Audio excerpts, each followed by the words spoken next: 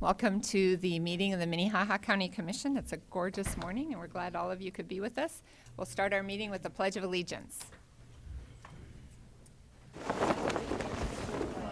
Of the United States of America, and to the republic for which it stands, one nation under God, indivisible, with liberty and justice for all. Just a reminder to go ahead and silence your cell phone. It's always a good reminder to me to double check. Meeting documents are available for review today down on the end next to Commissioner Heiberger. And Carol is here if you need a listening device. So that takes us to routine business. I'd consider a motion to approve the agenda. So moved. Second. Motion and a second. All in favor? Aye. Any opposed? Motion passes unanimously. Next item is to approve commission meeting minutes from August 20th, 2019. Motion to approve. Second. Motion and a second. All in favor? Aye. Aye. Any opposed? Motion passes. Next item is bills to be paid in the amount of $2,647,873.33. Pay the bills. Second. Comment. Motion and a second with multiple comments. We'll start with Commissioner Heiberger. I just wanted to ask the auditor's office about the fire premium distribution. That wasn't something that I had remembered seeing before, so if you could just explain that to us. Sure. Thank you, Commissioner. Kim Adamson from the Auditor's Office. Included in today's list of bills is a distribution of fire insurance premium to all of the authorized fire departments in our county. This premium represents a tax that's levied on fire insurance coverage throughout the state. It's a 1.5% tax applied to all fire insurance premiums. And we receive this distribution from the state, and then it is apportioned out to all of the approved fire departments within our county. Those departments are certified by the Department of Public Safety annually, and there's some criteria they have to meet. Then we distribute these premiums based on a two-part formula. It includes the value of all properties in those fire areas and their population. So it was based on the 2010 census data. Commissioner Heiberger? Follow-up comment. I think it's interesting that the auditors and the treasurer's office do other things that are not related just to what you would think county government is. They also take money from the state and redistribute it back to the taxpayers. So I just found that very interesting, that I think our office does a whole lot more than people are aware of, more than I was aware of. Karski. Additional comment, fire insurance, that's people's homeowners insurance, so that's, everybody's paying into that, and it's Correct. being redistributed. It's a tax on your insurance premium, so people understand that. Commissioner Barth? It's good to have Kim and Bob here from the auditor's office, but today we also had a distribution of $1.354 million on the jail project and $189,000 on 911 that we transferred. So when you take all those things out, our bills for today were more like $400,000. Any other comments, questions about the bills? Thank you, Kim. If not, I had a motion and a second. All in favor? Aye. Any opposed? Motion passes unanimously. Thank you. Next item are reports, and there are none. Next item are personnel actions. I'd consider a motion to approve the routine personnel actions. So moved. Second. Motion and a second. All in favor? Aye. Any opposed? Motion passes unanimously. Next item are abatements. There are none. Item 7, notices and requests. There are none. Item 8, planning and zoning notices. There are none. Item 9, petition for compromise of lien. There are none. That takes us directly to public comment. Is there anyone here today who'd like to speak about something that's not on our agenda? Good morning. Name and address, please, sir. Sioux Falls, South Dakota, Bob Colby. We saw something in the paper here just the other day, and I thought I would give you a piece of history that relates to that incident when the pilot Al Haynes passed away, and it was commented in the newspaper. Excuse me. And the crash in Sioux City, Sioux Falls had an integral part in that sort of thing, though we never had to actually come forward. When the steering apparatus broke on the airplane, there were two airports that were in line for the landing. Sioux City, Sioux Falls. If it could do a right turn, I believe it was Sioux City. If it could only do left turns, it would have been Sioux Falls. And they had all the apparatus ready to go, emergency people, etc. And when they found out how they could steer it, then all of the Sioux Falls people headed to Sioux City. Had it been the other way around, Sioux Falls would have been the site of that particular crash. It's just one of those things that we tend to forget as time passes, but it was a major event. I was a newbie at that time and had no idea what this all involved. And I don't know if there's anybody here that was around at that time and aware of that particular circumstance. Just an FYI. Thank you very much. Is there anyone else here today who'd like to speak about something that's not on our agenda? All right, if not, we will move into our regular business. And first, I'd entertain a motion to recess the Minnehaha County Commission meeting. Motion. Second. And a second, all in favor? Aye. Any opposed? Motion passes unanimously. Next, I'd consider a motion to move into a joint meeting with the City of Hartford. Motion to joint meeting. Motion, is there a second? Second. Motion and a second, all in favor? Aye. Any opposed? Motion passes. I'd recognize there's a quorum on the Minnehaha County side. Hartford, do you have a quorum? Yes, we do. Okay, so quorum for Hartford. So that takes us to the item, which is a public hearing to consider the proposed joint zoning jurisdictional area beyond the municipal corporate limits of the City of Hartford. Scott Anderson, good morning. Good morning. Yes, Scott Anderson, Planning Director for the county. And today is a public hearing that's been advertised. And it is with the City of Hartford and the County Commission to consider potential possible joint zoning control in an area that's been defined in the public hearing notice surrounding Hartford. And for everyone in the audience and at home, that joint jurisdictional area or proposed joint jurisdictional area is shown on the map. I will be glad to introduce Teresa Seidel. She's the city manager for Hartford, and she will be explaining the city's request. This request is coming forth from the City of Hartford.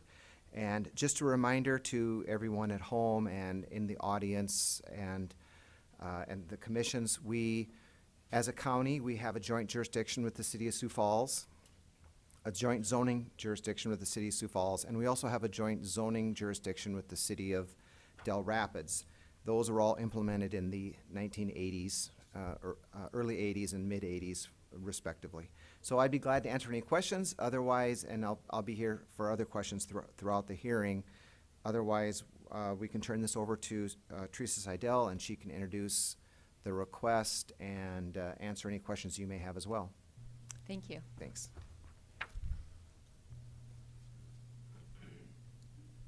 Good morning. Good morning, Commissioners. How are you? Good. Good. I'm Teresa Seidel. As you pointed out, I'm the City Administrator with the City of Hartford.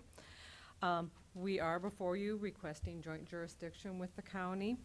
The city has been actually talking about joint jurisdiction for quite a few years now, at least since 2012.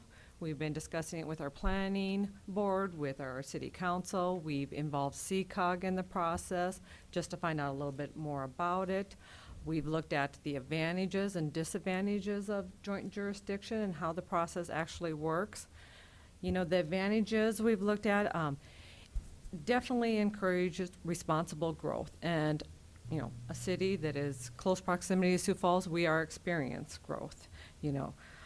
We want to promote cooperative land use and decision-making with that growth.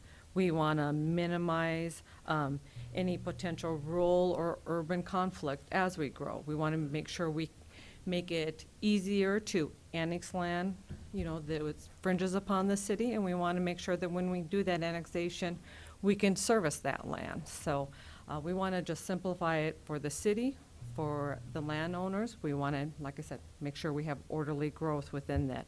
it allows the city, the county, the landowners all to work together to, like I said, ensure we have orderly growth that will be beneficial to everybody in the long run.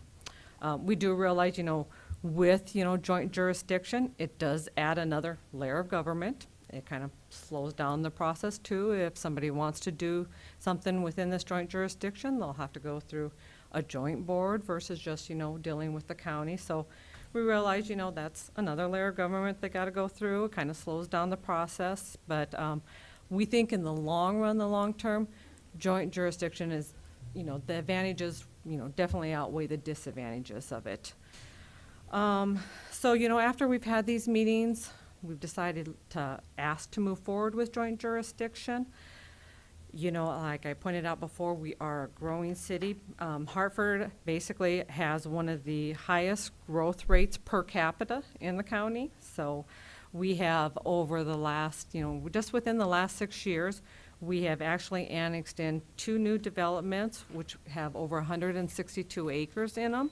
We have 7 active housing developments right now within the city alone. So we have, a lot of development going on, people moving to town, our population is growing.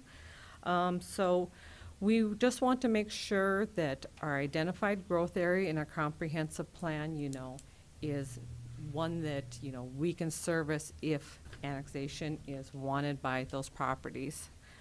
So as you can see on the map, that what we're looking at is, this area that we are proposing. It follows in our comprehensive plan, our major street plan. It's our growth area. This is also the current plating jurisdiction that we have with the county. So we do have plating jurisdiction already established with the county. It follows the very same boundaries. We're not changing anything. We want to keep the boundaries consistent and follow the same plan. We definitely are only proposing, as you can see, some areas we go, anywhere from a half mile out to 1.5 miles. We are not coming anywhere close to or exceeding that 6 miles that, we could be allowed to by law to go out. We see this as a very reasonable area, area that we can service if need be. We don't want to overreach our boundaries. We want to be reasonable in this. So this is identified as a reasonable area which we can handle the growth area there, that we can service the growth area there. And so, if you would allow us to move forward with joint jurisdiction, if we would move past this step here, what we would do going forward is definitely our city planning board would work on drafting the regulations for this area. We anticipate we would like to follow, we have kind of reviewed a little bit Del Rapids regulations for their joint jurisdiction. We would like to use that template as much as we can. We don't want to, deviate too far or bring you a whole new set of rules. We want to make sure there's some consistency. We don't want you to have to worry about what are the rules are for Sioux Falls, what are the rules for Dells, Hartford. So we're going to try to keep that as consistent as possible. So we would develop those regulations. Once we have a proposed draft of that, our plan is to invite all the property owners within that area to a public meeting, individually invite them, get their input, we want to be able to explain the regulations that we are proposing, like I said, get their input, see if there is something that, we need to address, we need to change, work with those landowners in that area.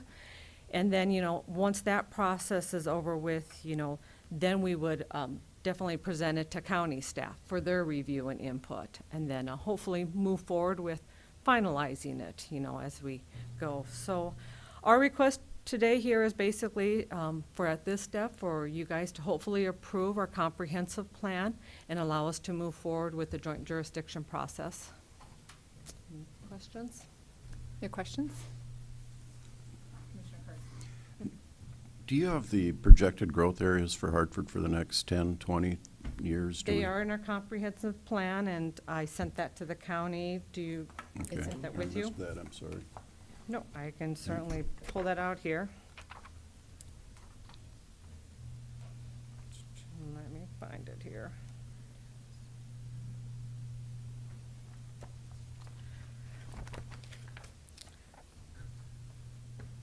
Okay, so we did kind of a projection of what a low growth would be, a medium growth would be, and a high growth rate would be. Right now, we're kind of on set for that medium growth. So for 2020, so next year coming up, our low growth rate is right at 3,000. 3,089 is what it shows in our comp plan. We are actually over that right now. So we're a year ahead and we're right at about 3,100. So we are exceeding that. 2025, we expect 34,000, 2030, 3765, and 2035, a little over 4,000. But do you have a map that shows the projected growth areas around the town, where you're gonna grow? Don't have it divided up in maps. I mean, we do graph our projected growth areas, but not as far as sections, Okay. areas. You know, Okay. our developments that we have, we're seeing a lot of people move into, we have quite a few on the south part of town. We have 4 active developments on the south part of town, so we do have a lot of open lots there. We see a lot of people moving in, building homes there and growing south. We do, though, have one new development that's coming online on the north part of town that, we will hopefully see some more growth there as well. Commissioner Heiberger. I'm wondering how many public meetings you've had to involve the people that you want to have joint jurisdiction with. At this point, we haven't had any public meetings where we have, invited them directly. Of course, we have the public meeting, with our planning commission that it's open to everybody, but we haven't directly invited anybody within this area until we get permission to move on. We don't really have any regulations to show them at this point, so, I would rather, have something to show them and to talk about, be able to answer their questions, and at this point, we don't have that, so we wanted to wait until we get some regulations drafted, to move on before we hold those meetings. Commissioner Heiberger. My concern is that if I just penciled it out on my map book. Sure. If they don't even know you're doing this and then we approve it, then it's already a done deal. And they've had no input ahead of time on whether they're a part of that comprehensive plan or not. I mean, you're just making decisions for them that they haven't been a part of. Well, to my understanding, this step is not a done deal, that we still have to develop regulations, and those have to be approved by both our joint planning board and our joint county board, if that's correct. I guess that's what I've been told by our attorney. And unless you approve those, then it's go forward. Commissioner Heiberger. I guess, I've read your comprehensive plan. What you're asking me to do is approve the comprehensive plan, and a part of that comprehensive plan sets a joint jurisdiction, even if there aren't any rules and regulations to guide that at this point. You've just put all those people in a joint jurisdiction without any input from them ahead of time. That's my biggest concern. Okay, Not like an informational, we want a joint jurisdiction with people that don't know that I'm doing this. like I said, I guess to my understanding, this wasn't the last step. This was one of the probably second step in going forward, that once we develop the regulations, we still need to have approval from our joint planning board and approval from the joint commissions too, to actually. I would agree with that, but this is still a binding step Okay. to me. That's Commissioner Barth. Teresa, it's great to see you guys here. What are the official newspapers for Hartford? Is it the Minnehaha Messenger and the Argus Leader, or do you? It's just a Minnehaha Messenger for us. Okay. Now, for these joint meetings, I have sent notices to your official newspapers as well. So it's the Argus Leader, the Garrettson Gazette, and the one in Brandon too. So if we were to enact this, then in the future, when there's issues in the Brower subdivision, would you call yourself? I'm just asking, just kidding. Yeah. Obviously, that's always been a bit of a sore spot for me, the Brower subdivision. And, I would love to see the city annex that area and bring city services there and make that into the economic development jewel that it should be. As I look at this map, it looks like you're planning more to the northeast than to the south. Is that where you think growth will be? Well, that's what we've identified so far. It is easier to serve to the north and to the west, actually. The northwest is actually the easiest to serve, and then it's the northeast. So, hopefully we see growth that area because it's easier to service that area, with sewer flow and whatnot. But, and with the east, obviously, we're going to go towards Sioux Falls, so. Any other questions? Commissioner Benega. Teresa, I just have a couple of questions. Do you think it's a little confusing when the annexation is a half a mile on one side of the community and a mile and a half on another side? I don't know that that's usual in the other annexations that or joint jurisdictions that we've done together for other communities. And the other thing, are the annexations pretty much driven by the landowner or by the city? I definitely say the landowner drives that, We have never done a forced annexation on anybody, It's always been the request from a landowner. It's usually because they'll want to develop their property, so, it's always been landowner driven, They've always signed a petition and requested that, Okay. Like I said, since I've been with city and not to my knowledge, we've never done a forced annexation. And the reason I ask that is my gut feeling is, and I agree with Commissioner Heiberger, that if the landowners are involved in this conversation up front, they may have a different opinion, frankly, than the city would have. And I think they need to be involved in that conversation in reference to the steps, and if there are additional ones. To be honest, I'm not legally sure about that, but if we take this step, I think we're making a commitment to what we've already got printed, so to speak. So that would be my one concern that we have. And I understand Hartford's issues with having control and annexations and joint jurisdictions, because those can be expensive from infrastructure kinds of things, but we want to be supportive as much as we can. But I think it needs to be a uniform discussion with the community and the landowners, and making sure everybody's on the same page. Oh, I definitely agree, and like I said, I didn't see this as being the last step. I saw this as being a first step, and then, like I said, we definitely, I've talked with our planning and zoning board. We definitely want to invite, if it's one meeting, two meetings, whatever, the adjoining landowners and get their input. I mean, we don't want to make anything difficult for, we want to work with the landowners, I'm not worried about that. Yeah. Yeah. And I'm glad Scott's coming up, because I'd like some clarification about the Del Rapids. I know the city of Sioux Falls and the county is a 3 mile, pretty much, generally speaking. What about Del Rapids? Well, I guess I'll start out by saying they all fluctuate. Even the city of Sioux Falls, it can go out as much as 2 miles and as narrow as half a mile or less. Del Rapids is also very similar.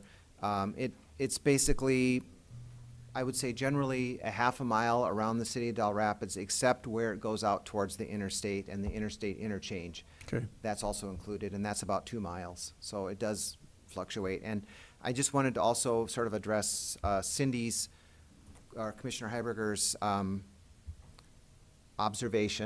question. It's sort of a yes and a no. By adopting this resolution today, I think we are indicating we are moving ahead with a joint jurisdiction. As Teresa indicated, it's not the final step. I mean, the final step is we adopt an official zoning ordinance. That zoning ordinance becomes effective. There's an effective date, and on that effective date, voila, you have joint jurisdiction, and we start the process. There's a process for the adoption of that zoning ordinance, that new zoning ordinance, and I suppose, it's a legal question. If we never adopted that zoning ordinance, then I suppose the process is not completed, and you wouldn't have joint jurisdiction, but you would have agreed to it. So you're sort of in legal limbo, but I would agree, or it's, my observation, thought that approving this resolution today indicates that we are moving ahead with joint jurisdiction, and there would be further steps down the road. That further step would be, at a minimum, the adoption of a joint zoning ordinance. And how we get to that joint zoning ordinance, I think the city of Hartford has sort of laid out. There would be the preparation of it, the writing, public hearings. I think it's a little bit more involved than what Teresa's indicated, because I think we need to involve the city or the county and the city planning jurisdictions. I certainly would want to be involved in the public hearings and the public participation of that, because ultimately it's those citizens that would be coming to my office. The way that all of our joint jurisdiction controlled or our joint zoning ordinances are written is, while it's a joint jurisdiction, I am the administrator of that joint zoning ordinance, and that's the way they're all written. The county planning director is the administrator of that joint zoning control. Yes, we work with the municipalities, but ultimately they come to my office, and that's the way the ordinances are written. Not to say that they couldn't alter that. I mean, we can change how those ordinances are written, but the county administers the joint zoning ordinances. So I hope that, maybe that doesn't clarify anything. Commissioner Heiberger. I think that clarifies it. I still have the same concern that there's no rural residents, or maybe there's some, but there's minimal rural residents that know that they're even a part of this today. And as an elected official, it's important for me to make sure everyone knows. And I think at several community meetings and making sure everyone had gotten a letter that this was even an opportunity to come and speak publicly is very important, because their voices should be heard. Because once it's a joint jurisdiction, now they have to not only deal with us, but they're going to deal with you. And they can't vote for you. They can only vote for us. So, Commissioner Karski. Scott, I have a question for you again, if you don't mind. Talk a little bit about the process before the Planning Commission, how many meetings, how much you guys looked at this, vetted it. What was the vote on the Planning Commission to move this to us? Well, the vote was unanimous. Okay. I mean, the vote was, looking at their comprehensive plan and adopting it. I think that I know that the Planning Commission really felt that the ultimate decision is going to be the County Commission's decision on whether to move forward with this, and that is the approach that they took at that time. So how much did they look? I mean, was this a 15-minute presentation, sent it on to the county, or was Yes. this? Okay, thank you.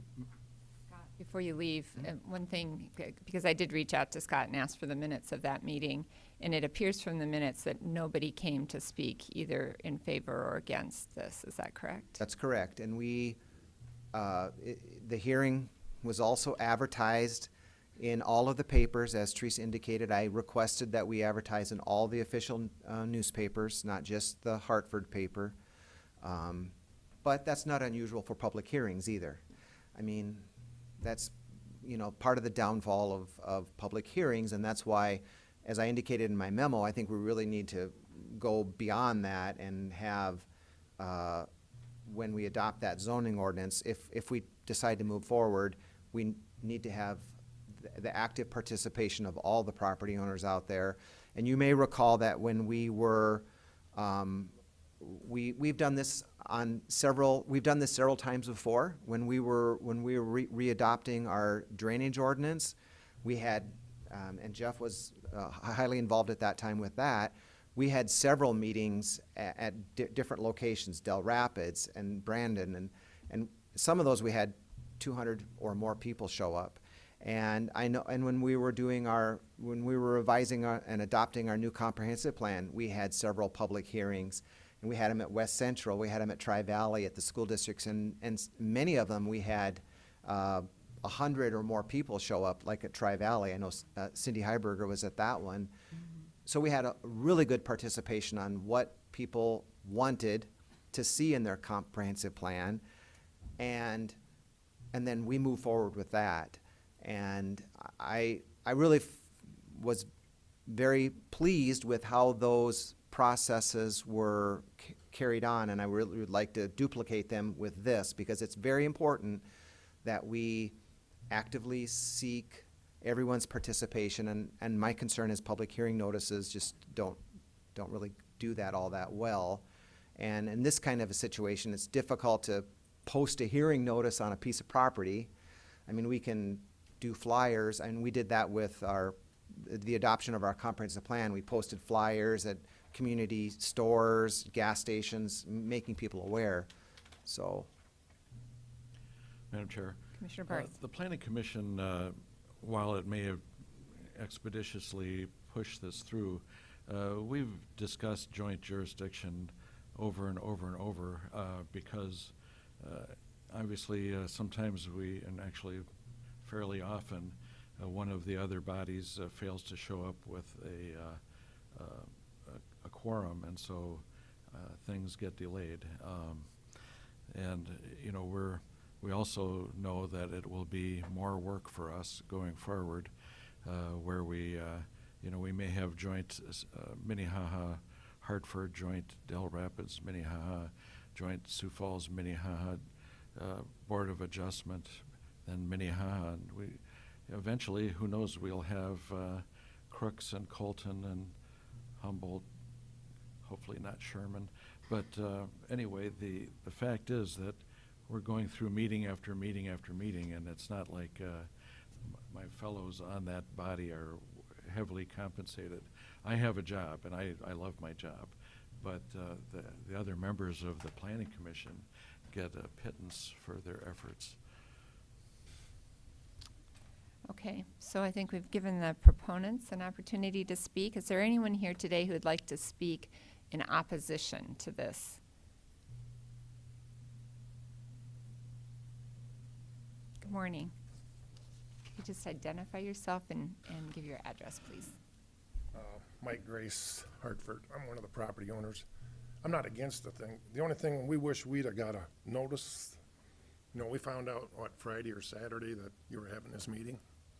We haven't heard nothing that I know before that. Maybe I missed something too, but like I said, we just kind of new to us, and we just wish you'd, as farmers, we gotta send letters out, if we're gonna do something in the area to the 500 feet or whatever it is. Something like that would have been nice to get ahead of time. Thank you. Thank you. Is there anyone else here who would like to speak in opposition to this joint zoning jurisdiction? Madam Chair, I'd like to respond to Mr. Grace's comment, and this is a very common issue with planning and zoning, is that no matter what the effort is made to communicate, it can always be better. And I can't tell you how often we have even relatives, cousins, brothers, who never told their cousin or their brother they were planning to put in a hog barn, and they come in opposition to their own family member because we all need to talk to each other more, and I do my best to talk. Which we all appreciate. Okay, so there's no one else who'd like to speak in opposition? Go ahead, come on forward, thank you. If you could also just identify yourself and your address. My name is Adam Prunty. I live in an area adjacent that will be included in this annexation, and my grandmother also owns some land that will be affected. I just want to applaud Cindy Heiberger for bringing up the fact that it would have been nice to have been informed of this before, have the discussion before this process begins with the city. It would have just been more neighborly to do so, because we don't really have any intentions of developing our land. We use it for farming, and that's part of our business. So that's just my 2 cents. So thank you. Thank you. Thank you for coming. Anyone else?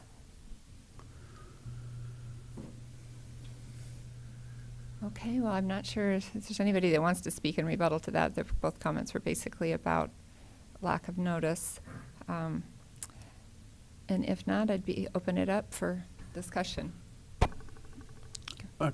No, go ahead. All right. Commissioner I'm Heiberger. The comprehensive plan is great. I read it, and some of it I've read twice. I think it's really good. I think it's great. You guys are really proactive, and you're headed in the right direction. I don't like that the neighborhood doesn't know. When I pulled this out this morning and looked at the people's names in here, and I know some of them because I live north of Sioux Falls. I told you that. And I just think they need to at least know and be a part of the beginning conversation, because I feel like this vote that I make is binding, that we're at least starting this process. And yes, it is a process, and you're right, Teresa, and there are a lot more steps. But if my land was in there, I'd be really upset that I didn't know ahead of time, even if I ended up being completely in favor of it, and this is a great idea. It still adds another layer of government to a farmer who's already struggling with everything. And maybe it says, you send a postcard out to everybody in that group and say, we'll be having 3 meetings, and this is what we're looking at, and it affects your life. That's the only reason at this point I'm voting against it, because like I said, the comprehensive plan is great. I, grew up a rival of West Central, but I love West Central now. I mean, our Hartford district has done great things. I tell people, go look at Hartford to move to Hartford. It's a good community, and you guys have really been progressive. And so I'm not against what you're doing. I'm just very against the process at this point, so. Commissioner Bendiga. I'm not going to repeat. I think there's a lot of good people that have been involved in this process from the very beginning, and their intent was wonderful. I think that what they want to do is admirable. I just believe at this point we've missed a step, and that step would be to involve the landowners, because of the fact that everything that we seem to get in trouble with or get some negative responses from is when we don't send out enough information ahead of time to be able to make a decision. And since our county equalization and planning and zoning group, I guess, is the administrator of this, I would like to make sure that we cover our bases and get that one step included in this. So I think I would make a motion to defer this, if that's possible. Or do we have to just looking at the state's Yeah. attorneys for an I'm opinion? going to see if there's a second, and then we're going to get a Okay. ruling of whether that's permissible. Is I'll make a motion to defer. there a second? Well, I guess I got my answer. Have to listen to Jeff.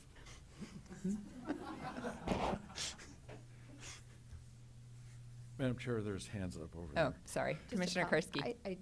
I'm going to differ a little bit on, so I don't think it's Scott's responsibility as our planning and zoning to notify the neighbors. I think that it will be incumbent of Hartford to do the work, because I don't think that is our responsibility. They're the ones that want to move it forward, and so I don't want to put more work on Scott either, and I'm not sure that I'm ready to defer it.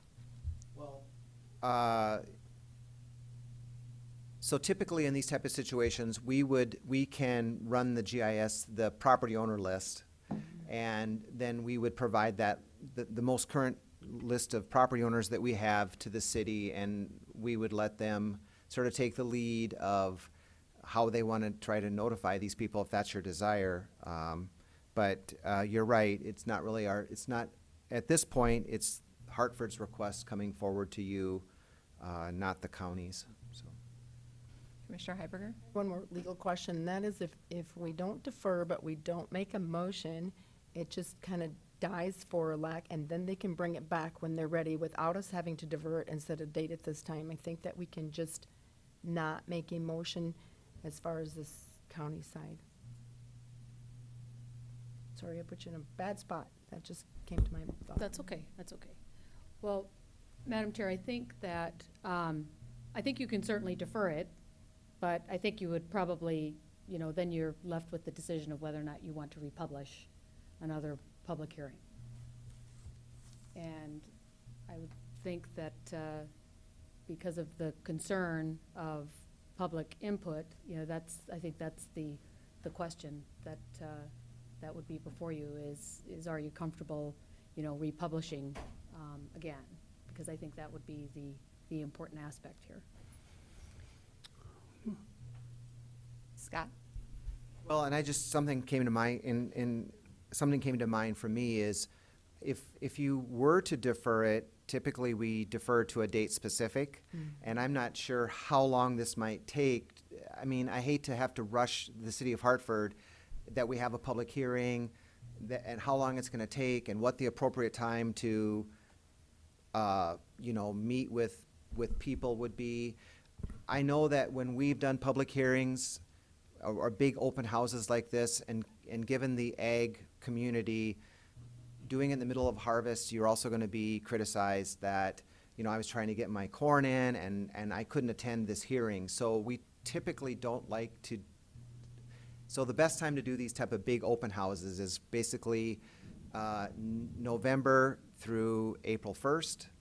And then once again in the middle of summer, because crops are, April through June, they're getting their crops in. And so, we have a very good understanding, at least my office does, about when we hold these meetings and when you get the best participation. So if you are gonna defer it, it has, typically, don't you defer to a date specific? Yes.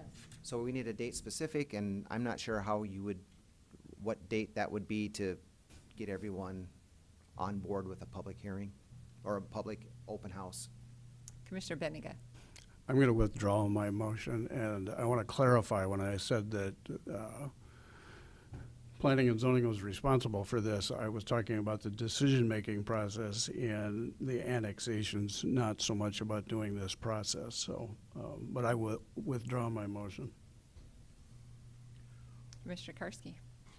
Last week, I made the comment that when we give joint jurisdictional powers, that we're really taking away the representation from the people that, if this, doesn't matter if it's Sioux Falls, Hartford, Del Rapids, whatever, they don't elect the city council that may deny their request. And I don't see that this makes having joint jurisdictional boundaries really benefits anybody except for more bureaucracy for people to have to go through the process. And I know I'm getting away from the conversation of deferring, but I'm just want you to know my position on this. When for me to give this positive consideration, I would want to see not just the numbers, but what can Hartford support infrastructure. We're going several miles out to the east of town. Can you support water, sewer? What is your projected growth areas for the next 10 years? Going beyond 10 years, I have no idea, how I could give representation to you for people that live outside of your, where you have your elections. Can you support services below, to the south of Interstate 90? How far north and east can you go? The geography, can you put sewer lines out there? Do you need lift stations? What would it take for you to service the people that you want to have joint jurisdiction over so that they could see some benefit for what you're proposing? And when I look at this map, we are almost tripling in square acres, miles, footage, whatever, the size of Hartford in what you currently, your boundaries, your city boundaries are to an area, like I said, that's close to triple what it is currently, that you would have some regulation over. If we vote against this now, you guys don't even get a vote. If there's a joint jurisdictional meeting, if it would go forward and somebody wants a proposal and we vote against it and you vote for it, it dies because it has to pass both bodies. I've been in these situations now for over 8 years, and the person I feel most sorry for is the one bringing a proposal forward for some development, or maybe opening a store or whatever, and one likes it and the other one doesn't, and they own land and they can't even do what they want to on the land.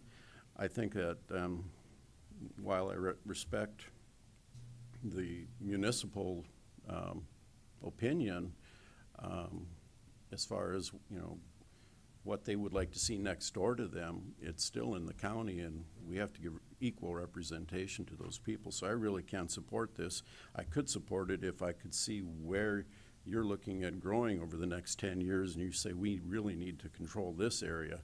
But just to say 2 miles this way and a mile that way, and I don't know what you're going to be providing these people, it's hard for me to support it. Commissioner Heiberger. I have another question about process, because I still didn't find out if we just don't vote on it, where it would go. Because if we deny at this point, can they bring it back in 6 months to a year I think this conversation's been good because I think it's helped you guys know what kind of stuff we need to have and what makes it more plausible because, I mean, this is the first time we've had an opportunity to discuss this. And so it gives them an opportunity, but I don't know which way we go, whether we drop it or we make a motion, because if we deny it, can they bring it back? I'll defer to the state's attorney on that. Thank you, issue. Madam Chair. Well, I think you should take action today. I don't think you should leave it in limbo, because then you're left with, well, when are we gonna bring this back up again? And we haven't announced when the next hearing is.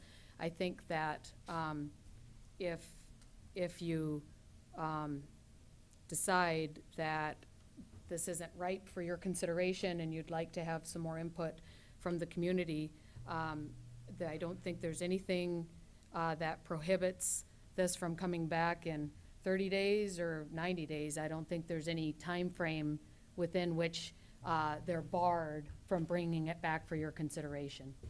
Commissioner Heiberger. Sorry, I'm just talking about process again. I just remember that there was something on a city one where we had a joint city planning and zoning, and if we denied it, they had to go 6 months. Scott, do you know about that? And that's fine, because this is gonna probably take more than 6 months anyway. I just, What you're referring to, Commissioner Heiberger, is a specific, or like, action on a rezoning request or a conditional use permit. If those are denied, then there is a waiting period. So that- But I think the different. state's attorney is correct. There's nothing in the statutes that say that they have to wait if, okay, so. okay, thank you. Commissioner Barth. Thank you, Madam Chair, and I really understand your arguments, Commissioner Heiberger. At the same time, I guess, being on the Planning Commission, I feel like we've kind of hashed this stuff out a little bit as we encounter other joint jurisdiction all around the county. And I favor us going forward with this at this time. I think that, generally, people are of good faith on these things and are not trying to take away the rights of neighboring property owners. And part of organized growth is to, try to decide where to put the rendering plant compared to the residential area. And I think that will help with this. And when we have conflicts, then it comes to a joint meeting where, we consider both sides of the issue and fight it out. And I think that this has been a long time coming. It's been probably years, and I know of other communities in our county that are seriously considering asking for these same kind of powers. And so I think we should go ahead and act affirmatively today and then work the process to get the exact agreement that we would like. I'm still waiting for a second to withdraw my motion. A second to withdraw the motion. Well, I would just say that, I think that you guys have the benefit and the burden of the fact that we've had some opportunity to see how this process works when the rubber hits the road. And I'm all in favor of organized growth. And I've lived places where they did not have the benefit of people who had had foresight and had exercised that organized growth. But at the same time, these are very real property rights that are affected by this. And then there is the troubling issue of the fact that these property owners do not have an opportunity to elect you, the city, but then are subject to giving you basically veto rights with their opportunities to move forward with how they utilize their own private property. And so I haven't completely made up my mind that I would not be in support of this long term, but I am not in support of it without having the landowners had opportunities to come in and be educated about what this process really means, and to have an opportunity to have their voice heard at this point in the juncture. I had similar questions about, what does this mean if we adopt your plan? And does that mean we have to, are we committed to move forward? And what happens if we can't agree on zoning? And So I would feel much more comfortable with this process moving forward if we'd had some meetings, some, very specific outreach to those that would be in this proposed joint jurisdiction so that their voices can be heard and we can move forward in the wisest possible manner. With Madam that, Chair, I make a think motion? okay. I make a motion to deny. So Second. motion and a second. Any other comment? Madam Chair, do we want the city council to have a comment here, or the mayor of Hartford? I would certainly be open to, if they have some comments they want to make at this point, they certainly could. Mayor Menning, Hartford, South Dakota. I appreciate the discussion today because I think it's really good chance for us to get a feel for where you are on this and for you to get a good feel for where we are on this. And we view this as this is a long-term plan. Obviously, these things go on for a long, long time, and we want to make sure that the steps that go into it are correct and happen the way that are good for us, good for the county, and good for the landowners on all of that. So we weren't advised to take that route before having this meeting. So I just wanted to make sure that that's clear and kind of get on the record that there is no way that the city of Hartford is looking to circumvent letting people know.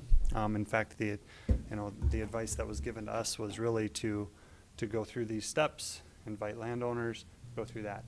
I appreciate this discussion though, because I can see where you're coming from, Commissioner Heiberger, and others. I think that that this can be a really healthy thing going forward as long as everybody goes through it and does it the right way.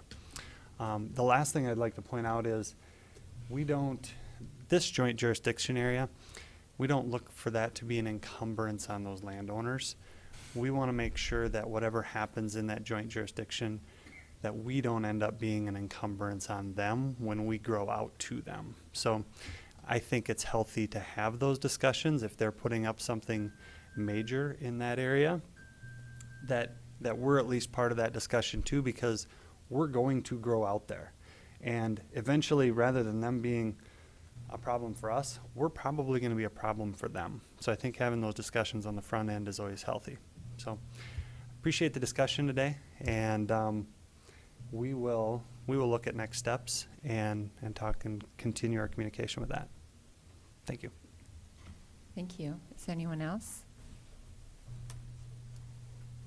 I prefer to have the comments at this point be with the people that are directly involved. Yeah, go ahead. Yes, Scott. Sorry, I was speaking to someone in the back of the room. Teresa and my constituents are going, oh God, Scott, what's Scott going to say now? Scott Nelson, Ward 3, Hartford City Council. And since 2012, I was part of this initiation of the joint jurisdiction. Since that time, Mr. Anderson's done a wonderful job informing us on the protocol that takes place, and by no means have this been taken lightly. We've done our due diligence as far as that part of it goes. I want to go back to 2013, and Mr. Prunty and Mr. Grace were probably part of this conversation. A section, I can't point it out for the audience, but it was a quarter section right there, okay? It was owned by Mary Kitweiler, and she wanted to develop that quarter section, in essence. It did not necessarily meet our specs. Mr. Prunty, and I don't think, Mike, you came up on that one at all, but it was not done in what we felt as a city council in an orderly fashion. It didn't meet some of our specs and so on and so forth. So what I'm trying to convey to the county commission today is that we do, as a Hartford City Council, take into consideration our neighbors who are vibrant to our economy, in essence. And even though odds are you probably will turn this down today, I want to make sure that you understand that we would, as Jeremy said, do take into consideration that we are very cognizant of our neighbors, and that in future, no matter what the resolve, I don't think this council will ever use the word I shouldn't say this in essence, but an annexation without a complete quorum of landowners in this area that would benefit this, or would, sign off on this type of jurisdiction. Thank you. Thank you. All right, so we have a motion and a second. Any other comments from the What commission? is the motion? The motion was to deny the proposed joint zoning jurisdiction area. Commissioner Karski. I guess my last comment would be, don't take a no for now as a no forever, because I just would feel more comfortable knowing, having some questions answered. So, thank you. Anyone else? Okay, roll call vote, please. Barth, No. Benega, Yes. Heiberger, Yes. Karski, Yes. Bender. Yes. Motion passes 4-1. So I'd look to Hartford. You could take an action if you want to. I'd leave that up to you.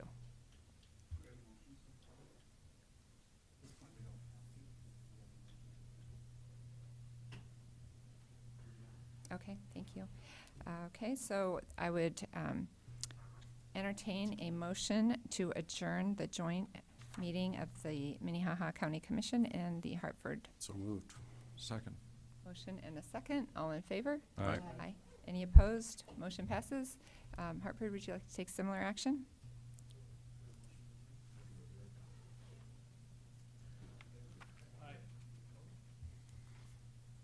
Thank you. All right, so now I'd entertain a motion to reconvene into the Minnehaha County Commission meeting. So moved. Second. Motion and a second. All in favor? Aye. Any opposed? Motion passes unanimously. Thank you very much. Okay, so that takes us to the next item that brought a lot of people here today. And I'd have to find it on my agenda after it got all scribbled over. It's a public hearing for proposed real estate exchange for an emergency access easement. Scott Anderson. Thank you again. Scott Anderson, Planning Director. And this item today before you is, it's basically twofold. First of all, there is a proposed easement agreement, and that easement agreement identifies and addresses two specific easements. And then the second item is a real estate exchange agreement. And this would exchange the use of those two easements. In exchange for those two easements would be 3 parcels, lot 16, 17, and 18, and then a parcel to be platted, which is the old railroad right-of-way, and those parcels are shown in the blue on the map that's on the screen ahead of you. So let me identify or go over a couple things with you quickly, and then I'll be here for answering questions, and then the Arboretum Board is, several people from the Arboretum Board are here, and Vince Jones representing the interested party is here as well. So easement number 1 is currently shown in orange on the screen, and it's the larger existing roadway. This roadway has been in place for many, many years, probably since the early 1900s. So this is just cleaning up that existing roadway. The second easement, which is shown in the yellow, is a new easement. It's approximately 290 feet long by 33 feet wide, and this would extend from the end of that existing roadway to the west, and then eventually and the purpose for this easement would be to allow for emergency ingress and egress to the property to the north, and would allow that property to the north to be developed, and would provide those people living in that new subdivision an emergency way in and out vis-a-vis a breakdown barrier, a knockdown barrier. Should there be an emergency, they could access that breakdown barrier and gain access to get out of their subdivision in the case of an emergency. In exchange for those two easements, we, with this agreement, would be compensated with the gifting of lots 16, 17, and 18, and that small parcel of land, which is the old railroad right-of-way, which has been identified as being part of a future bike trail system for the city of Sioux Falls. So we have had months of discussion on this, and today is a public hearing. It has been advertised for this exchange in accordance with South Dakota Codified Law 654. We have identified the value of the easements. Our appraisal board went out yesterday and provided, as part of the requirements of 654, have identified the value of what those easements are. And today is the day to consider whether we would like to exchange the use of, create the easements, exchange the use of those emergency access easements for lots 16, 17, and 18, and a portion of the old railroad right-of-way. In addition, or furthermore, the acquisition of these properties have been on our radar for a long time.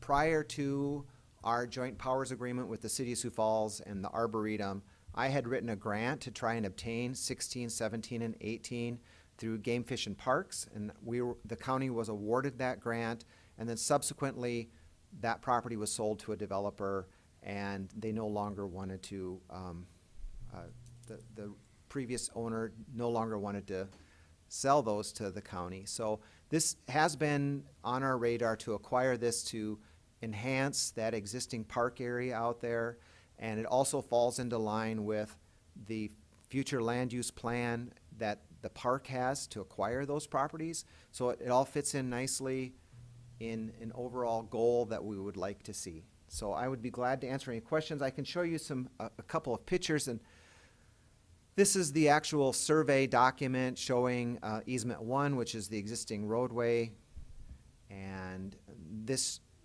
is some pictures of the existing roadway and what it looks like. There's the road bed, and this is the turnaround. This is at the very end. There is a private residence that currently uses that roadway. And then this is easement 2, which is the 290-foot long easement, which is a new easement, and this basically runs straight west at the end of this road and runs towards that telephone pole that you can sort of see in the middle of the picture. And this would allow that land to the north, which is to the right, to be developed.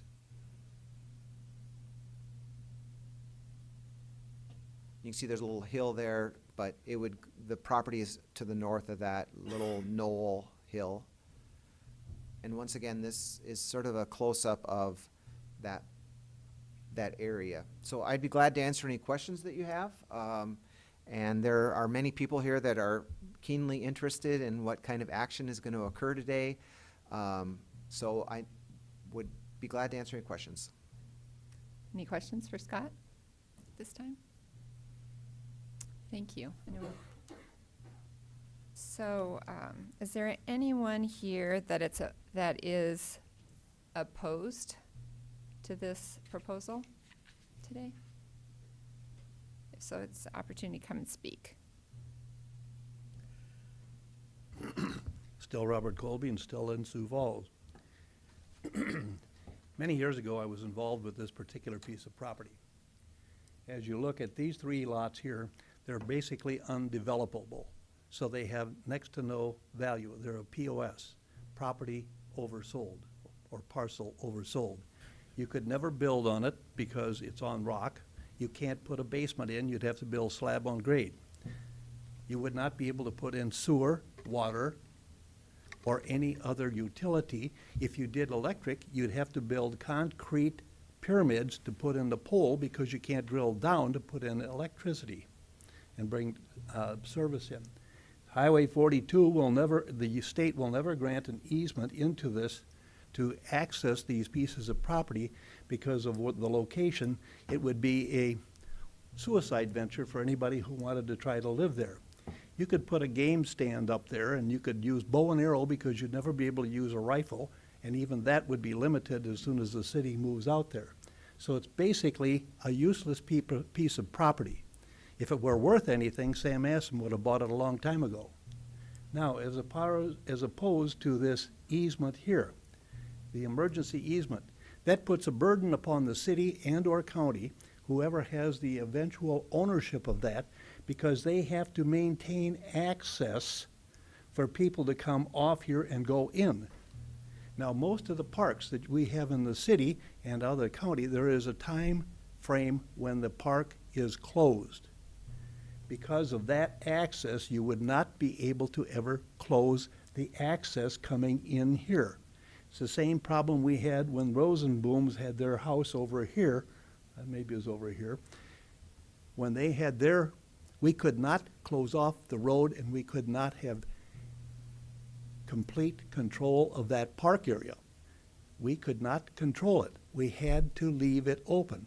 And if there's an emergency easement here, that has to be maintained, at least as a roadway, and in the wintertime, you'd have to have snow clearance, and you're going to, if you have an access like this, you cannot put a stop point where the people cannot go into the park after a certain time, because it has to be an access. And if that's the case, then you're going to have to either have the sheriff's office or the police department make regular patrols down here, because in the good old days, that was an area where, how would we say, people in offices in Sioux Falls would come out and have picnics inside their car. We'll leave it go at that.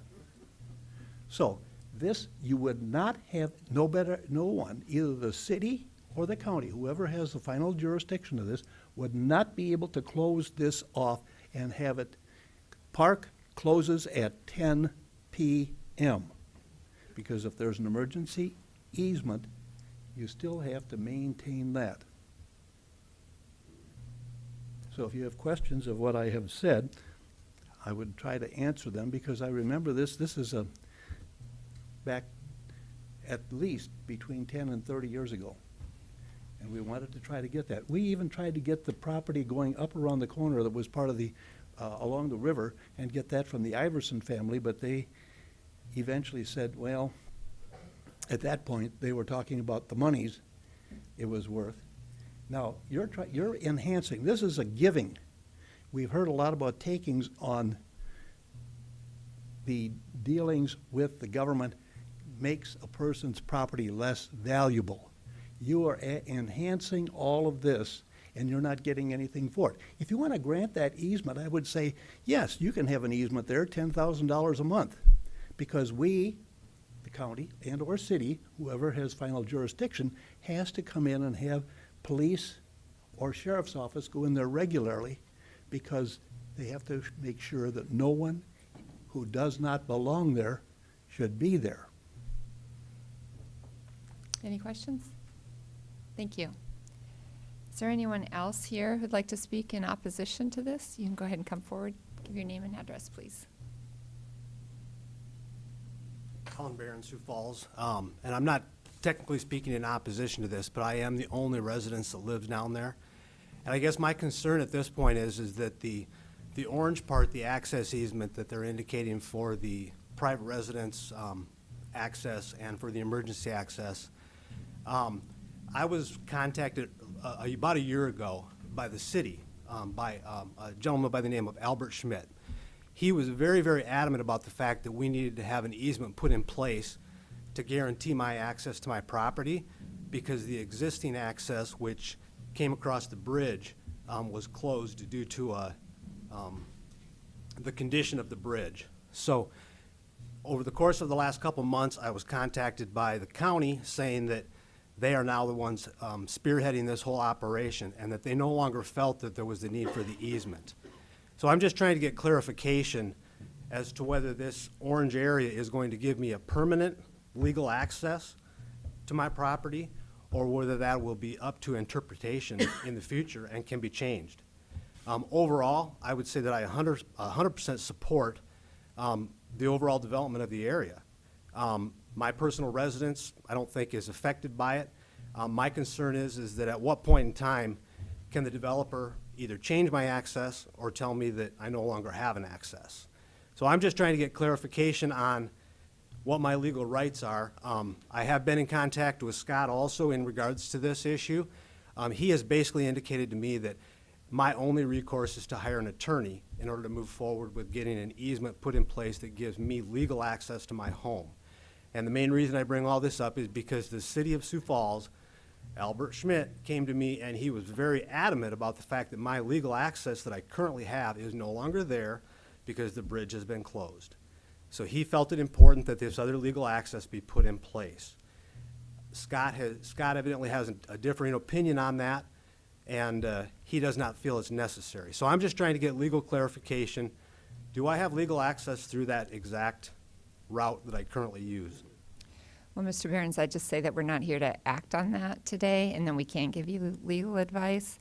And I think, I know you've been in contact with our staff about this issue, and we could talk to you separately about that, but that is completely not related to the issue I understand how it's related in your mind, but it's not related to the action we're taking You're today. indicating that the orange access, the one that they're indicating gives me existing All access we're to my acting on home? today is emergency access for the grantor, so it doesn't affect you at all today. Okay. So can we get clarification that the emergency access isn't actually going to touch any of my, or isn't going to use any of my current property? Well, we can't grant any rights to your private personal property. No, I mean, the easement is being requested for an emergency access. Will the physical part of that emergency access be on my property? We cannot grant any access on your property, but Scott has a clarification. The property's been surveyed. JSA surveyed the property, and the easement is on county property. It's not on his property. Okay, thank you. Is there anyone else here who would like to speak in opposition to this proposal today? Okay, I don't see anyone else. Is there anyone from the proponents who wants to give any rebuttal to any of the comments that were made? Hi, good morning. Morning. Vince Jones. I'm an attorney. I represent Coin Bank, who is, as Mr. Anderson pointed out, an interested party. Coin Bank owns Outlot B and Tract 5, which would be the benefited property affected by these easements. So I didn't come here today with any prepared remarks. I would like to respond to a couple of the comments that were made earlier. But before I do that, I just want to thank the parties that have been involved in getting us here today. County staff has been really, really good and diligent. You have very good staff, so I applaud them. Also, the Arboretum board members, they're very passionate about what they've been tasked to do, and they've got a really good park there, and I think that they zealously advocate for that park, and they should be applauded for that as well. It was our goal coming in here today to try to walk across, into this room hand in hand and try to get this done. Obviously, you're never going to have 100% agreement from every single person, but I think we've done a lot of work here to try to get as many people on board as we can, and I think that generally it's my impression that there's largely agreement between the major players here. I've been involved in this project for approximately the last 18 months or so. Maybe it's been 2 years. It's kind of blending together. There's been a lot of evolution in how this project has come together. And I'd also like to point out that the pictures that were shown earlier, they really don't do that justice. The areas that were shown along that road, they're kind of taken in the fall, and it looked like maybe there was some snow melt in there. But that area is really very, very pretty. It's worth noting that the stuff that's already there and the work that the Arboretum has done, it really has created a benefit to everybody in the area. And we're all neighbors here, and we've all had these discussions. So we're here to answer any questions you might have, and we're hoping that we're going to be able to move forward today. Just to respond to some of the comments that were made, it's our position that this property, lots 16, 17, and 18, and the strip that's currently located in Tract 6 is not without value. We think that there's extensive value in those properties. Highway 42 is slated for some redevelopment. We've been informed that the Arrowhead Park, where that's situated in relation to those parcels, there's good possibilities for redevelopment and access to Arrowhead Park underneath Highway 42. The city has obviously desired to have this area for a long period of time, so I'd respectfully disagree that lots 16, 17, and 18 and the strip in track 6 are without value. Also, the easement that's highlighted there, that was contemplated to some degree in the joint cooperative agreement that was entered into between the city and the county back in 2008. So it's not like this is coming up for the first time today. This was thought about before. And this has gone on. There's a long, storied, and complicated history behind this whole area. And I don't pretend to know it all, but I probably know more than most, having been involved for the past few years. And if you have any questions about it, I'd be happy to answer them. Any questions? One point of clarification. It's my understanding from the discussions on the legal documents that that your client, the grantee, is undertaking responsibility for maintenance of the small access easement, the new part. Is that correct? That's correct. The small strip there is, so the grantee, which would be Coin Bank and Coin's successors in interest, they're going to be responsible for constructing a road there, which doesn't exist. There is a road along the, you'll have to forgive me, I'm colorblind. I think Scott said that was, the long one was orange and the short one was yellow. There's an existing road on the long one, and then that will have to be, there will have to be a little connection made in the yellow area. So the grantee is responsible for construction and maintenance there. Okay, thank you. Anything else? All right, thank you very much. All right, so I think that leaves it up to the commission. Madam Chair? Commissioner Barth. You know, I think the task given the Arboretum Board is to preserve this area for nature purposes. And if we can add some area to the area being preserved, I think it's to all of our benefit. I mean, hopefully in another 100 years, people will still remember East Sioux Falls and visit that area and see the benefit of nature. And so I will support this. Okay. I think we're done with public comment. Thank you. Any? No, we are done with public comment. Thank you.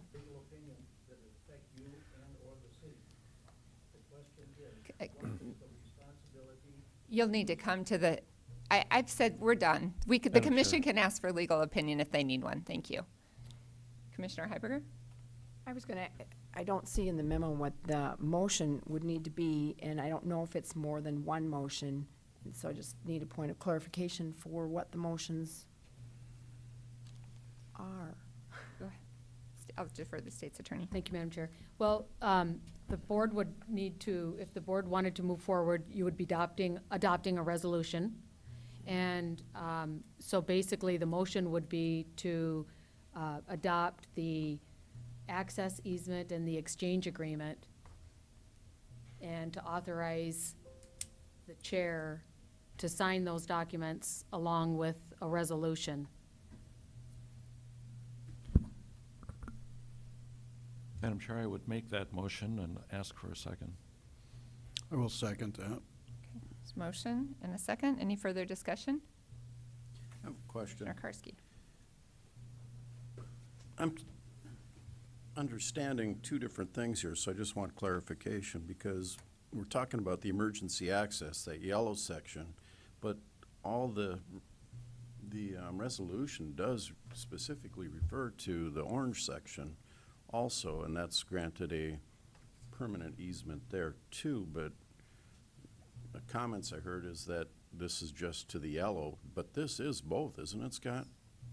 So we are granting the orange area is the permanent easement that the gentleman that lives out there, Mr. Barron. It's just an emergency access easement to the grantee, which is the current owner of the land to the north, the benefited property. That's all we're doing today. It's Okay. detailed in that access easement that we're approving. Yep, and I was reading that, but that orange is a county, or not, that's a public road, correct? Madam Chair, Scott needs to come to. Yeah. He previously answered in the affirmative to Commissioner Karski's question. Well, I'm just looking for clarification, because I've heard two different things. That's why I'm asking. Well, as Vince Jones indicated, there's a complicated history there, and this involves East Sioux Falls, which, you know, is a historic location. So there are many old platted right-of-ways there. This road, the existing roadway, didn't really follow any of those platted right-of-ways, so it's setting the easement and the boundaries of that existing road as an easement. Okay, so that is. So that is, and then subsequently, the yellow is the emergency access easement, which is going to tie into that other easement. Okay. And I thank you to the society for, we got a book up here last week, and I read it, and I thought it was very interesting and historical, gave a lot of perspective to what's going on, so I really appreciated what the information you gave us there. But I just wanted to clarify, because I was hearing it only is this, but in reality, it does affect both. Yeah. Okay, thank you. And an emergency access only. Mhm. Yeah. All right, we had a motion and a second. Is there further discussion? If not, I'd call for a roll call vote. Benega. Yes. Heiberger. Aye. Karski. Aye. Barth. Aye. Bender. Aye. Motion passes unanimously. Thank you to everyone who spent a lot of time on this. Thank you very much. So, all right, so we are not yet done with public hearings. Next item is a public hearing to consider the 2019 annual Burn JAG program spending plan for Minnehaha County and the city of Sioux Falls. Joe Bosman. Morning, Commissioners. Joe Bosman with the Sheriff's Office. This morning, we have scheduled a period of public comment as part of a requirement for a Justice Assistance Grant. We also like to call it the JAG Grant. We've been fortunate to receive this grant for several years in a row now. It is a joint allocation between the Sioux Falls Police Department as well as the Minnehaha County Sheriff's Office. Part of the program requirements is that, like I said, we have this time of public hearing so we can discuss the spending plan if anyone from the public or the commissioners have comments on the spending plan. It is a joint spending plan where we have program requirements we've identified with the Sheriff's Office, and then Sioux Falls Police Department has identified projects that they would like to use their funds for as well. So at this time, I would open it up for comment, if it would be your wish. Anyone else has any comments? So, are there any questions for Joe? Joe, I just had one quick question. When I looked at this, I certainly support all of it, but how is the grant split between the city and the county, or is that a negotiated kind of thing? It's not a negotiated, comes down from the federal government, which is, Okay. they are the facilitators of the grant. It is a 65-35 split, with the county receiving the 35% of it. Thank you. Any other questions? Commissioner Heiberger. Mine was just more of a comment, because when I read this weekend, there was not a list of what the products were, and so I was concerned, because I thought, are we doing this another week again? And it's now on Dropbox, as it wasn't before. We have done this in the past, and it's been a good program. I just want to make sure wherever the ball got dropped, that we have a list of what they are. Yep, So and I apologize for getting that just in there, just a little bit behind the curve there. Again, this is a very beneficial funding source for the law enforcement in this area as a joint partners with the county and the city. It allows us to obtain projects and equipment, stuff that doesn't put a burden onto the normal budgets for either agencies. Any other questions? Sure. Commissioner Barth. You know, Joe, I sure appreciate you coming forward with this. At the same time, it seems to me we've done this several years, and per our earlier discussion with Hartford, we've never had a citizen come and want to discuss this with us. Are we not putting the word out anywhere? And it's not that I really want to have a whole bunch of people show up and talk about this, but there ought to be somebody every few years that wants to come in. And, you know, they don't all have to be ex-commissioners. We do post notice for 2 weeks prior to this Right, this but how hearing. It's come just- nobody comes? I agree. I might just carry Yes. on. I know that I had someone complain that someone was not in jail and had struck their friend with a motor vehicle after another DWI and said, why wasn't he still locked up? I said, you know, nobody wants to build a bigger jail. He said, I do. And I said, come to our meeting and tell us you want a bigger jail. Never showed.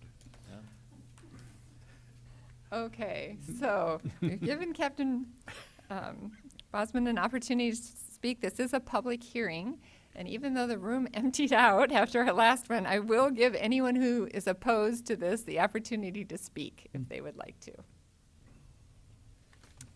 All right, hearing none. It's my understanding that this is a public hearing that's required by the grant, but that no action is actually needed today. Is that correct? That's correct, yes.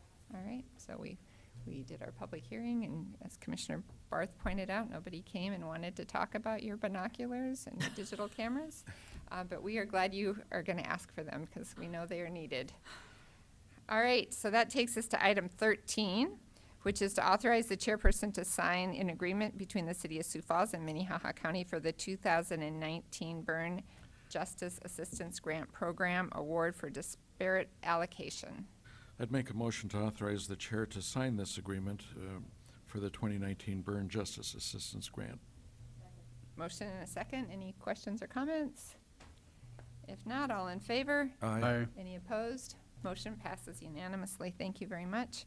You have item 14 as well. Just consider a motion to declare the Sheriff's Office capital assets as surplus for distribution at no cost to the South Dakota DCI and South Dakota Highway Patrol. So the items on the agenda for this one here as well, the first one is the security equipment for SWAT trailer and surveillance camera.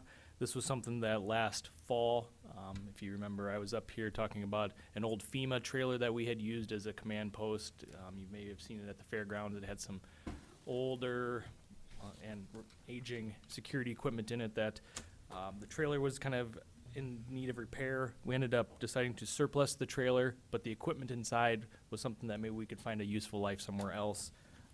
These two items that were still on our capital asset list, we identified as items that were in that trailer that DCI was going to use, and so it's kind of like a house cleaning, updating of our capital asset list for those first two items. Falls in line with the next item is the Mac Pro computer. Going through the capital asset list, trying to identify things that are on there that are not being used anymore. Brought our attention to this one. However, this one was purchased with state funding through the Internet Crimes Against Children, or called ICAC, division funds, and they are asking that they would like to have the computer back since they purchased it, and so that one we were requesting to be surplus back to the South Dakota DCI. The last one is our 2008 Lenco Bearcat armored vehicle. We have been very fortunate as a joint asset to receive a newer, brand new armored vehicle with the City of Sioux Falls and Minnehaha County using Homeland Security funds.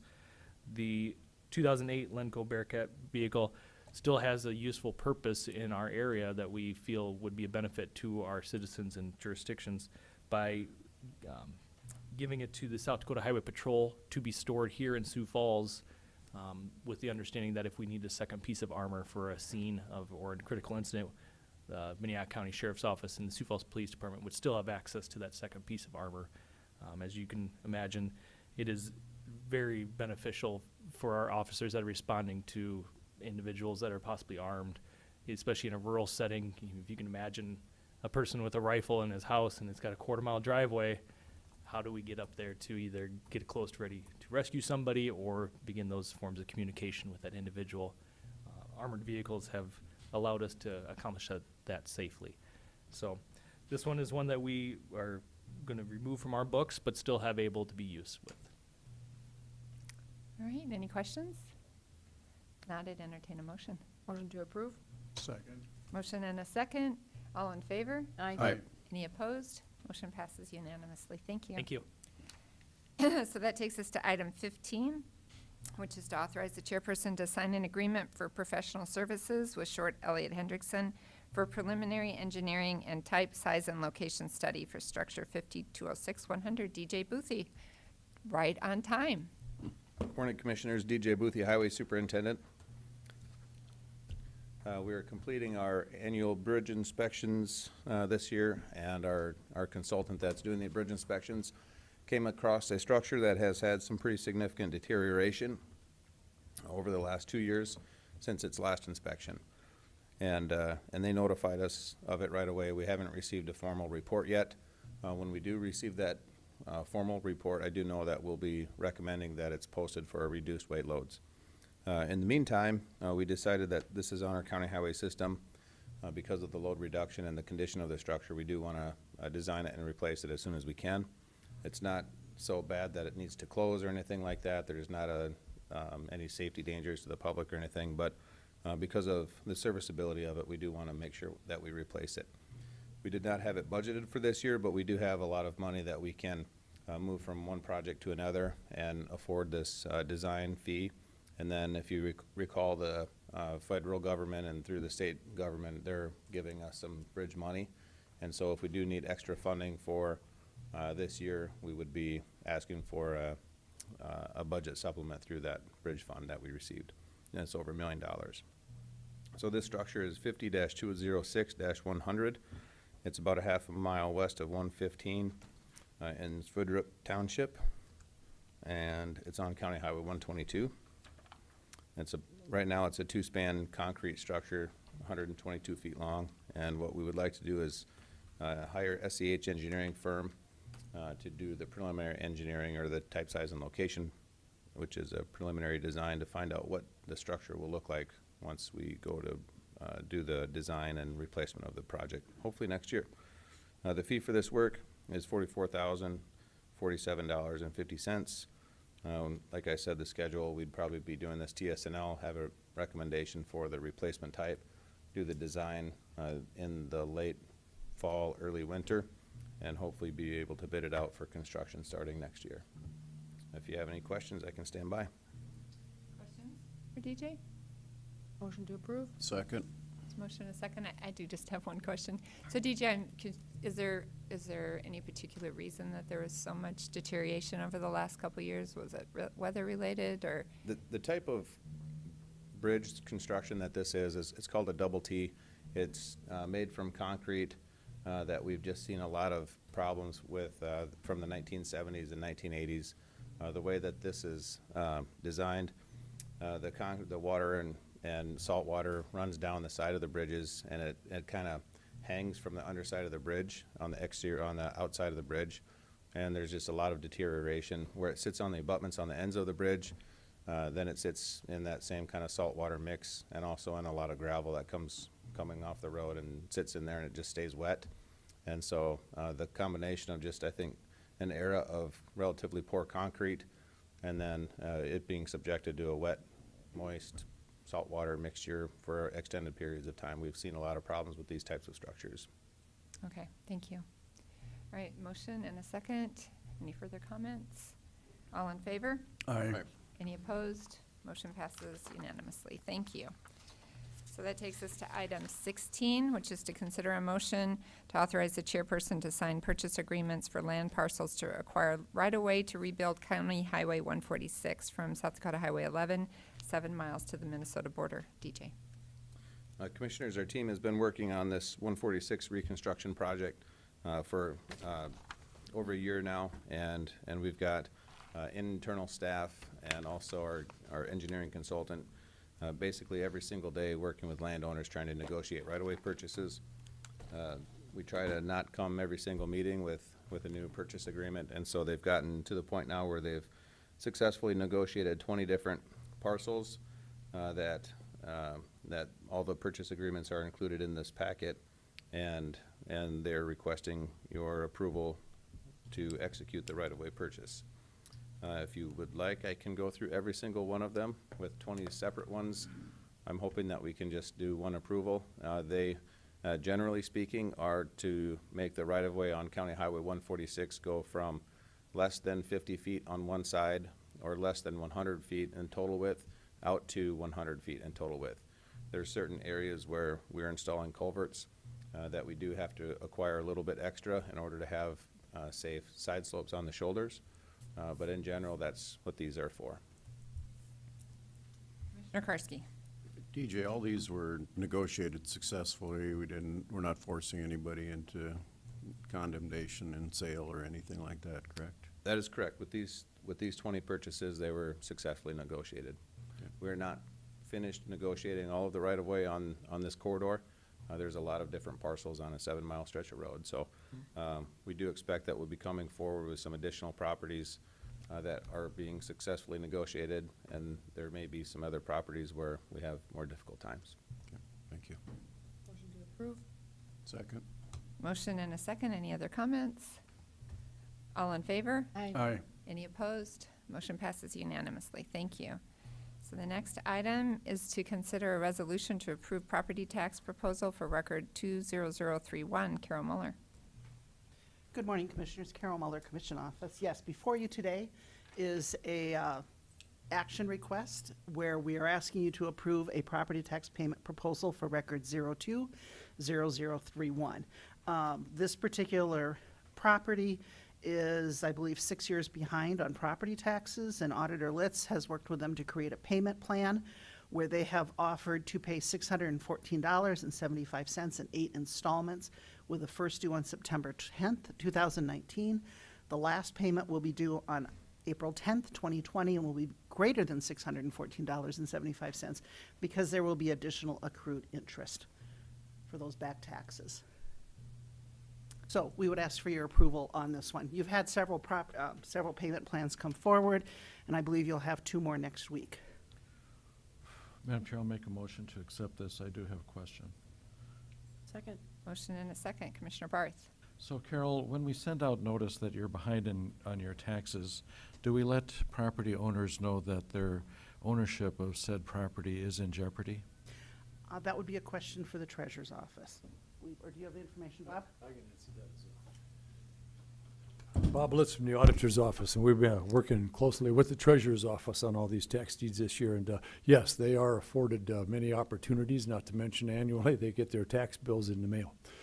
So when the first notice comes out that tells them that we're going to start taking action, that's sort of the precursor. It has no real legal effect. It's just a notice.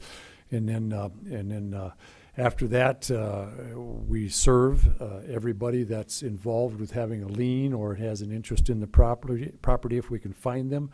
We serve them with a notice, and then 60 days after that final notice, we send out a letter that says you have 60 days to redeem your property. So there are several steps along the way that folks become aware of what's going on.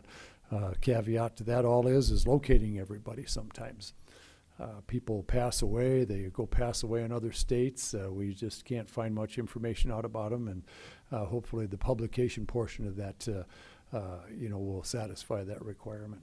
So if I may, Mr. Barth. so Bob, let's say I'm 2 years behind on my taxes.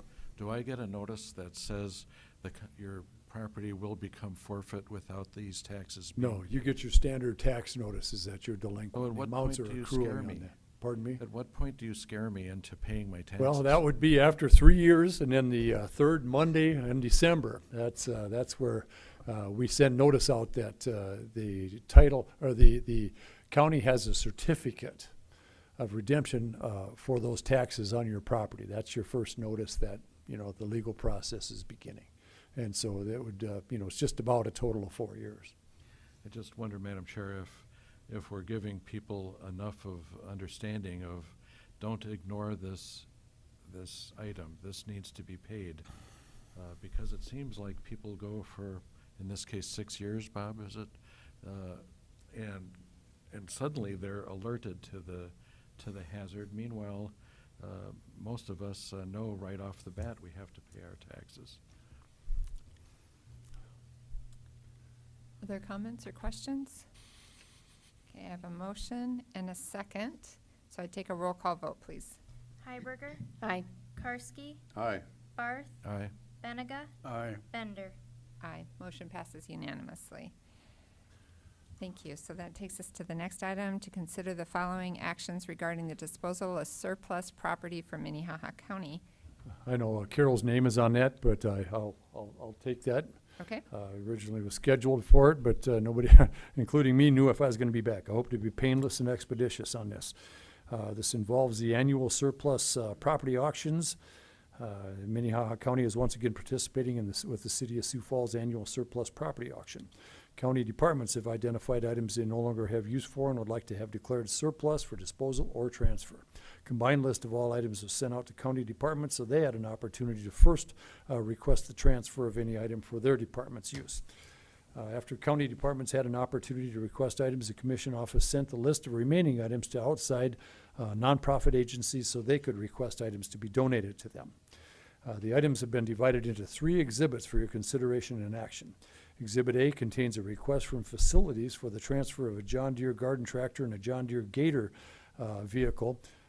Facilities is requesting these 2 items to be used as a source of parts and equipment repairs. Exhibit B contains items that were requested as donations to outside agencies. Exhibit C contains items for sale at the surplus auction. In order to authorize the disposal of these items, the following actions are needed, and there's 4 of them.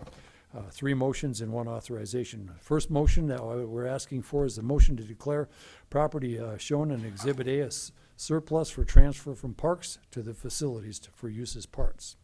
The second motion would be to declare the property shown on attached Exhibit B as surplus for donation to nonprofit agencies. And the caveat with this is whenever we do this, it requires an unanimous vote of commission to transfer those to nonprofits. The list of property and receiving agency is listed will be listed in the minutes for publication. Third motion would be to declare the property as shown on attached Exhibit C as surplus for the sale at the surplus auction on September 21st, 2019. And the fourth item that we would need to have accomplished would be to authorize the auditor to publish notice of sale on September 21st, 2019. Any questions, Commissioner? From the Commission, Commissioner Heiberger. I'm full of questions today. So in years past, when we've done this, I noted on the last one for sale, there's a whole lot of extra computers, and there used to be an agency that came in and requested all those computers. Am I remembering that incorrectly? Did they come back and buy them?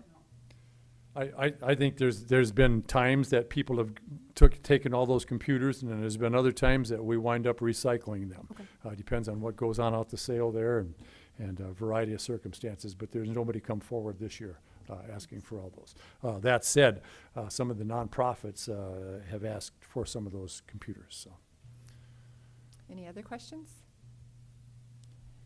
All right, I take the motions one at a time then. Consider a motion to declare property on Exhibit A as surplus to transfer to other county departments. My motion. Second. Motion and a second. All in favor? Aye. Aye. Any opposed? Motion passes unanimously. Next item is a motion to declare the property on Exhibit B as surplus for donation to nonprofit agencies. Motion. Second. Motion and a second. Roll call vote, please. Karski, Aye. Barth, Aye. Benega, Aye. Heiberger, Aye. Bender. Aye. Motion passes unanimously. Next item is a motion to declare property on Exhibit C as surplus for public auction. So move. Second.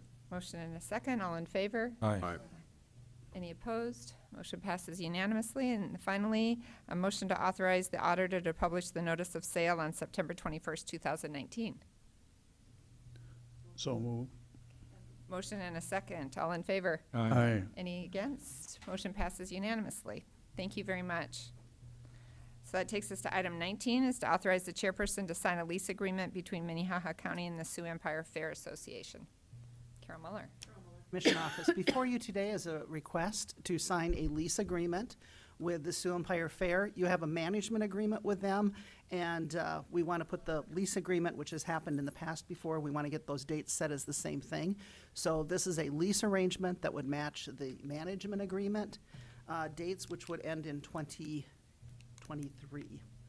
I will take the blame that I had a typo on 2024 in the cover memo on that. So we contract, the county contracts with the Fair Association for management of the fair and facilities, and this lease allows for the use of the property to fulfill its contractual management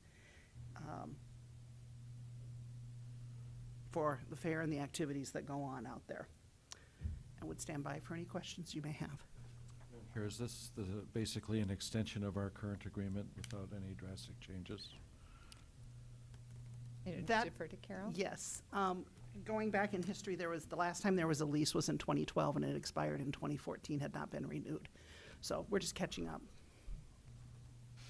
But it is still separate than the management agreement.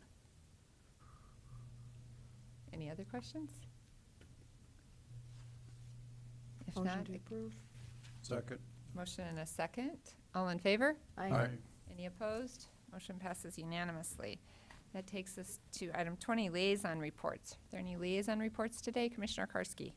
Had an email from Chris Ola, our Director of Equalization, that one of his staff, Josh Marbach, just completed his certification for being a certified assessor, which really is fairly intense, 5 courses within a year and a fairly high pass rate or exam pass requirements. So just a shout out to Josh for completing that. And that gives us 17 certified appraisers in our equalization office. So congratulations to him. I agree, thank you. Any other liaison reports today? Commissioner Barth.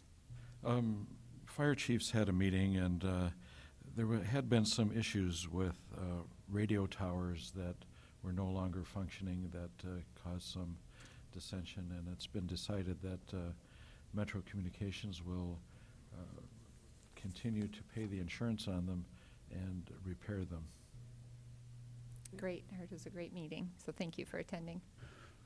Any other liaison? Commissioner Benega. Just one quick one, that JDC was approved for their operations by the U.S. Marshal Service again, so we have done well with that inspection.